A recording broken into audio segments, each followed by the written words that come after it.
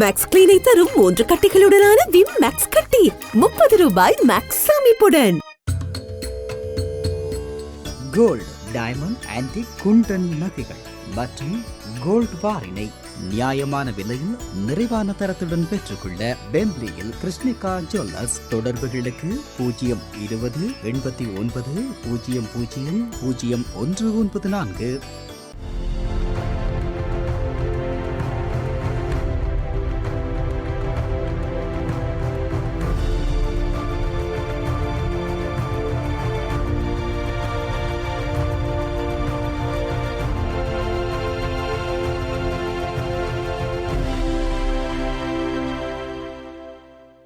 வணக்கம்.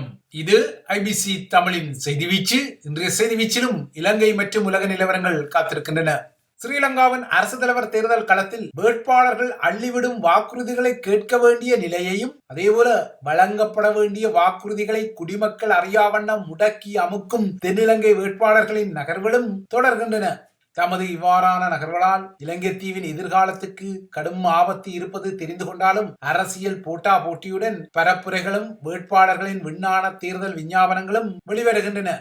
அந்த வகையில் இன்று முன்னாள் பங்காளிகள், தற்போதைய அரசியல் பகையாளிகள் என்ற தோற்றப்பாட்டை உருவாக்கி வைத்திருக்கும் சஜித் பிரேமதாசவும் ரணில் விக்ரமசிங்கவும் தத்தமது தேர்தல் விஞ்ஞாபனங்களை கண்டியிலும் கொழும்பிலும் வெளியிட்டு வைத்தனர். இப்போது தொழில்நுட்ப ரீதியாக நோக்கினால் வடக்கு கிழக்கு இணைந்த சமஷ்டி அதிகார பகிர்வுக்கு தமது தேர்தல் விஞ்ஞாபனங்களில் இடமளிக்கும் வேட்பாளருக்கு தமது ஆதரவென விண்ணான கதை கூறிய தமிழரசு கட்சியில் சூமோவுக்கு பின்னால் உள்ள முகங்களுக்கும் ஏறக்குறைய கரிபூசி அளவுக்கு விடை வந்துவிட்டது. இவ்வாறான நிலையில் ஏற்கனவே தமிழ் பொது வேட்பாளரை எதிர்க்கும் அந்த தரப்பு இனிமேல் எந்த தென்னிலங்கை வேட்பாளருக்கு தமது ஆதரவு என்ற முடிவை கூறிக்கொள்ள வேண்டும். ஏற்கனவே வெளிவந்துவிட்ட அனுரகுமார, சஜித் பிரேமதாச, ரணில் விக்ரமசிங்க ஆகிய 3 வேட்பாளர்களின் தேர்தல் விஞ்ஞாபனங்களிலும் வடக்கு கிழக்கு இணைந்த சமஷ்டி என்ற பேச்சுக்கு மருந்துக்கு கூட இடமில்லை. ஏன் தமிழரின் இனப்பிரச்சனை தீர்வு என்ற விடயமே இந்த கொள்கை பிரகடனங்களில் அதிகம் தலைகாட்டிக் கொள்ளவில்லை. இவ்வாறான ஒரு கசப்பான யதார்த்தம் உள்ள நிலையில் ஏற்கனவே தமிழ் பொது வேட்பாளரை நிராகரித்த தமிழரசு கட்சி முகங்கள் இனிமேல் எந்த வேட்பாளருக்கு ஆதரவு என்ற விடயத்தில் ஒரு கைகாட்டலை செய்து கொள்ளவே வேண்டும். ஒருவேளை விட்டகுறை தொட்டகுறையாக சஜித்தின் தேர்தல் விஞ்ஞாபனத்திலும் வடக்கு கிழக்கு இணைந்த சமஷ்டிக்கு இடமில்லை என்றாலும் ஏற்கனவே தமது உள்ள கிடக்கையில் இருக்கக்கூடிய சஜித்துக்கு ஆதரவு என்ற உள்ளேனையா கையுயர்த்தலை இந்த தரப்பு செய்யக்கூடும் என்ற எதிர்பார்ப்பு நிலவுகிறது. இன்று கண்டியில் உள்ள குயின்ஸ் விடுதியில் தனது தேர்தல் விஞ்ஞாபனத்தை மக்களுக்கு பகிரங்கப்படுத்த முன்னர் அந்த விஞ்ஞாபனங்களை பவ்யமாக கவியபடி அஸ்கிரிய மற்றும் மல்வத்து பீடங்களுக்கு முதலில் ஓடோடி சென்ற சஜித் பிரேமதாச அதனை அவர்களின் காலடியில் சமர்ப்பிக்கும் திட்டம் ஏற்கனவே போடப்பட்டுவிட்டது. அவ்வாறாக பௌத்த பீடங்களுக்கு தனது தேர்தல் விஞ்ஞாபனத்தை காட்டிய பின்னர்தான் மக்களுக்கு அதனை பகிரங்கப்படுத்தினார் சஜித் பிரேமதாசா. சஜித் இன்று குறியீடாக வெளிப்படுத்திய இந்த காட்சியானது இலங்கை தீவில் யார் ஆட்சிக்கு வந்தாலும் முதலில் அஸ்கிரிய மல்வத்து உட்பட்ட பௌத்த பீடங்களுக்கு தான் சாஷ்டாங்கம் செய்ய வேண்டும் என்ற கராரான எழுதப்படாத நியதியும் தமிழர்களுக்கு நினைவூட்டப்பட்டது. கண்டியில் இவ்வாறு சஜித் தனது மேனிபெஸ்டோ காட்சிகளை பகிரங்கப்படுத்த முன்னர் கொழும்பு தாச்சமுத்ரா நட்சத்திர விடுதியில் இன்று காலையே தனது ப்ளூவன் ஸ்ரீலங்கா எனப்படும் இலங்கைக்கு முடியும் என்ற கருப்பொருளிலான தேர்தல் விஞ்ஞாபனத்தை ரணில் வெளியிட்டு வைத்தார். மும்மொழி நிகழ்ச்சி தொகுப்பாளர்களின் உதவியுடன் ரணில் இந்த விஞ்ஞாபனத்தை வெளியிட்டார். தமிழ் திரைப்பட பாடல் ஒன்றை லேசாக நினைவூட்டும் வகையில் சிங்களம் மற்றும் தமிழ் மொழி கலப்புடன் இயலும் ஸ்ரீலங்கா என்ற தீம் சோங், அதாவது கொள்கை பிரகடன பாடலும் அதற்கு ஏற்ற நாட்டிய அசைவுகளும் அரங்கத்தில் தெரிந்தன. தீவிரவாத வணிக பொருளாதாரம், 25ஆம் ஆண்டுக்கு அப்பால் செல்லும் செயல்முறை, ஒளிமயமான சமுதாயம், வெற்றி பெறும் தாய்நாடு, ஒன்றிணைந்த இலங்கை ஆகிய 5 பிரதான அம்சங்களை உள்ளடக்கி ரணிலின் தேர்தல் விஞ்ஞாபன விண்ணானம் வந்தது. ரணில், சஜித் ஆகிய 2 பேரின் தேர்தல் விஞ்ஞாபனங்களும் பொருளாதார ரீதியில் வீழ்ந்துள்ள நாட்டை மீட்டு பலமான பாதையில் அதனை வழிநடத்தி செல்வதற்கான தோற்றப்பாடுகளை உள்ளடக்குவதை காண முடிகிறது. ஏனைய வேட்பாளர்களை பொறுத்தவரை ரணில் தற்போது முன்னெடுப்பதாக கருதப்படும் பொருளாதார மீட்சி திட்டங்களில் மாற்றங்களை செய்வது குறித்த ஒரு பேசுபொருளை உருவாக்கிக் கொள்கிறார்கள். ஆனால் ரணிலின் தேர்தல் விஞ்ஞாபனமோ தற்போதைய திட்டங்களின் அடுத்த கட்ட நகர்வுகள் குறித்து பேசிக்கொள்கிறது.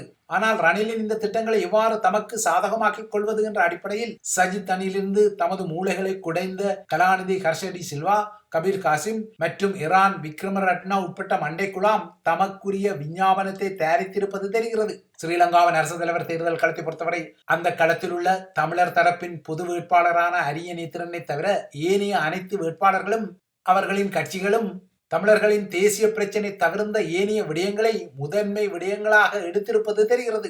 தமிழர்களின் அரசியல் பிரச்சினை தீர்வை பின்தள்ளி இவ்வாறான விடயங்களை முன்னகர்த்தி இலங்கைக்கு ஒளிமயமான எதிர்காலத்தை வழங்குவதாக அந்த முகங்கள் உறுதியளித்துக் கொள்கின்றன. ஆனால் இவ்வாறான ஒளிமய எதிர்காலம் குறித்து குறிப்பிடும் வேட்பாளர்களில் ரணில் தவிர்ந்த ஏனைய வேட்பாளர்கள் பொருளாதார ரீதியில் சில செய்யக்கூடாத விடயங்களை செய்ய தலைப்பட்டு நாட்டுக்கான கடன் நிவாரணத்துக்கு ஆப்பு வைத்துக் கொள்வது முழு இலங்கைக்கும் ஆபத்து என்ற குரல்கள் ப்ளூம்பர்க் போன்ற அனைத்துலக நிதி சார்ந்த முக்கிய ஊடகங்களின் புலனாய்வு அறிக்கைகள் ஊடாக எழுப்பப்பட்டுள்ளன. இந்திய பிரியனரின் புலனாய்வு ரோவின் கணிப்பின்படி ஸ்ரீலங்காவின் அடுத்த முதன்மை தலையாரியாக அனுரகுமார திசாநாயக்கா தான் வருவார் என்ற கசிவுகள் வெளிவந்த குஷியால் திருமலை எண்ணெய் குதங்களில் இந்திய பிரியனருக்கும் பாத்தியதை உண்டு என்ற விடயத்தை கந்தலாயில் வைத்து அனுரகுமார திசாநாயக்கா மறைமுகமாக குறிப்பிட்டுள்ளார். வெளிநாட்டு முதலீட்டுடனான கூட்டு முயற்சியில் தமது ஆட்சியில் திருமலையில் எண்ணெய் சுத்திகரிப்பு நிலையம் ஒன்று நிர்மாணிக்கப்பட்டு திருமலை துறைமுகம் ஊடாக எரிபொருள் வெளிநாடுகளுக்கு ஏற்றுமதி செய்யப்படும் என்பது அனுரகுமாரவின் செய்தியாகியது. இந்திய பிரியனரின் பெயரை அவர் நேரடியாக குறிப்பிடாமல் வெளிநாட்டு முதலீட்டுக்காக கூட்டு முயற்சியில் திருமலையில் உள்ள எண்ணெய் குதங்களில் மொத்தமாக 1 மில்லியன் மெட்ரிக் டன் எரிபொருளை சேமித்து ஏற்றுமதி செய்யும் திட்டம் அனுர செய்தியில் குறிப்பிடப்படுகிறது. வெளிநாட்டு முதலீட்டாளரின் பெயரை அனுர நேரடியாக குறிப்பிடாமல் விட்டாலும் அது நிச்சயமாக இந்திய பிரியனர் வீடாக இருக்கும் என்பதும் ஊகிக்கத்தக்க ஒரு விடயம். திருமலை துறைமுகம் ஒரு மூலோபாயமான கேந்திர இடத்தில் அமைந்திருப்பதால் தான் ஆட்சிக்கு வந்தால் சுத்திகரிக்கப்பட்ட எண்ணெயை வெளிநாடுகளுக்கு ஏற்றுமதி செய்யும் நாடாக இலங்கை தீவு உருவாகும் என்ற செய்தி அனுரகுமாரவால் கந்தலாயில் கூறப்பட்டது. இந்திய பிரியனருக்கே திருமலை எண்ணெய் குதங்களில் இடம் என்ற செய்தி அனுரவால் சொல்லப்பட்ட அதே சமகாலத்தில் யாழ்குடாவின் நெடுந்தீவு, நைனாதீவு மற்றும் அனந்தீவு ஆகிய 3 தீவுகளுக்குரிய நவீன சக்தி வள திட்டங்களுக்குரிய பிரியனரின் மானிய உதவிகளின் முதல் கொடுப்பனவுக்குரிய காசோலை ஸ்ரீலங்காவிடம் வழங்கப்பட்டுவிட்டது. சீனாவிடமிருந்து பிடுங்கப்பட்ட இந்த சக்தி வள திட்டம் தற்போது பிரியனர் வீட்டின் ஜூசோலார் கிளீன் எனர்ஜி சொல்யூஷன் என்ற நிறுவனத்தால் முன்னெடுக்கப்பட்டு வரும் நிலையில் கொழும்பில் உள்ள இந்திய ராஜதந்திரியால் இந்த காசோலை ஸ்ரீலங்கா சின்னத்தம்பிக்கு வழங்கப்பட்டது. ஸ்ரீலங்காவின் தேசிய மின் வலையமைப்புடன் இணைக்கப்படாத இந்த 3 தீவுகளின் ஆற்றல் தேவைகளுக்குரிய இந்த திட்டம் தற்போது இந்தியாவின் 11 மில்லியன் அமெரிக்க டாலர் மானிய உதவியில் நகர்த்தப்பட்டு வருவது குறிப்பிடத்தக்க ஒரு விடயம். முன்னரெல்லாம் வெளிநாட்டு முதலீடுகளை முற்றாக வெறுத்த ஜேவிபியிலிருந்து தமது ஆட்சியில் திருமலை எண்ணெய் குதங்களுக்கு வெளிநாட்டு முதலீட்டுடன் மீண்டும் உயிர் வரும் என்ற செய்தி அனுரகுமாரவால் கூறப்பட இவ்வாறான சில சக்திவள உயிர் கொடுப்புகளும் வருகின்றன. ஆனால் இலங்கை தீவின் பொருளாதார வளத்துக்காக அனுரகுமாரவால் முன்வைக்கப்படும் திட்டங்கள் நாட்டுக்கு ஆப்பு வைக்க கூடும் என ப்ளூம்பர்க் புலனாய்வு அறிக்கைகள் குறிப்பிடுவது வேறு விடயம். அதாவது தேர்தலுக்கு பின்னர் அனைத்துலக நாணய நிதியமான IMF-உடன் ஏற்கனவே செய்து கொள்ளப்பட்ட திட்டங்களில் அனுரகுமாரவோ சஜித்தோ அல்லது வேறு எவரோ கைவைத்தால் தற்போதைய அனைத்து திட்டங்களும் இடைநிறுத்தப்படும், மீண்டும் இலங்கையில் பாரிய பொருளாதார நெருக்கடி ஏற்படும் என ப்ளூம்பர்க் அலறிக்கொள்கிறது. அவ்வாறாக அலறிக்கொள்ளும் ப்ளூம்பர்க் புலனாய்வு இலங்கையின் பொருளாதார மீட்சியை வலுப்படுத்த IMF-இன் திட்டங்கள் தொடர வேண்டியது அவசியம் எனவும் இடித்துரைக்கிறது. அனைத்துலக நாணய நிதியம் வகுத்த பாதையானது இலங்கை தீவின் பொருளாதார மீட்சிக்கு ஒரு வெள்ளி ரவை தீர்வை வழங்கவில்லை என்றாலும் தேர்தலுக்கு பின்னர் ஏற்கனவே உள்ள திட்டங்களில் கைவைத்தால் எல்லாமே பாழாகும் என்கிறது மேற்குலகு சார்ந்த ப்ளூம்பர்க். ப்ளூம்பர்க்கின் இந்த புலனாய்வு அறிக்கையின் அலறலின் மறுபக்கமானது ரணிலை தவிர்ந்த தென்னிலங்கையின் ஏனைய வேட்பாளர்கள் ஸ்ரீலங்காவின் அரசு தலைவர் கொலுவில் இருப்பதை மேற்குலகம் விரும்பவில்லை என்ற சூட்சுமங்களை மெல்ல வெளிப்படுத்த தலைப்படுகிறது. அதாவது இலங்கை தீவுக்கு ஏற்கனவே IMF ஆகிய அனைத்துலக நாணய நிதியம் வழங்கிய பிணை எடுப்பு திட்டங்களின் விதிமுறைகள் அல்லது நியமங்கள் மீண்டும் மறு பரிசீலனைக்கு உள்ளாக்கப்பட்டால், அதாவது தற்போது நடைமுறையில் உள்ள திட்டங்கள் உரசப்பட்டால் எல்லாமே பாழாகும் என அலறல்கள் வருவது மீண்டும் இலங்கை தீவில் ரணில் வருவதை மேற்குலகம் விரும்புவதை இலேசாக கோடிட்டு காட்டுவதாகவே அமைகிறது. இவை இலங்கை தீவை மையப்படுத்தி விடுங்கள். அடுத்து புலம்பெயர் நாடுகளின் விவரங்களை நோக்கிக் கொண்டால், ஆஸ்திரேலியாவில் அகதி தஞ்சம் கோரும் ஏதிலிகளுக்கு பதிவிட உரிமையை வழங்கும் நடைமுறையில் உள்ள கடும் நியதிகள் காரணமாக மெல்பர்ன் நகரில் 23 வயதான மனோ யோகலிங்கம் என்ற தமிழ் எதிலி தன்னைத்தானே தீமூட்டி எரித்து தற்கொலை செய்து கொண்ட விடயம் ஆஸ்திரேலியாவில் புதிய அரசியல் அதிர்வுகளை ஏற்படுத்தியுள்ளது.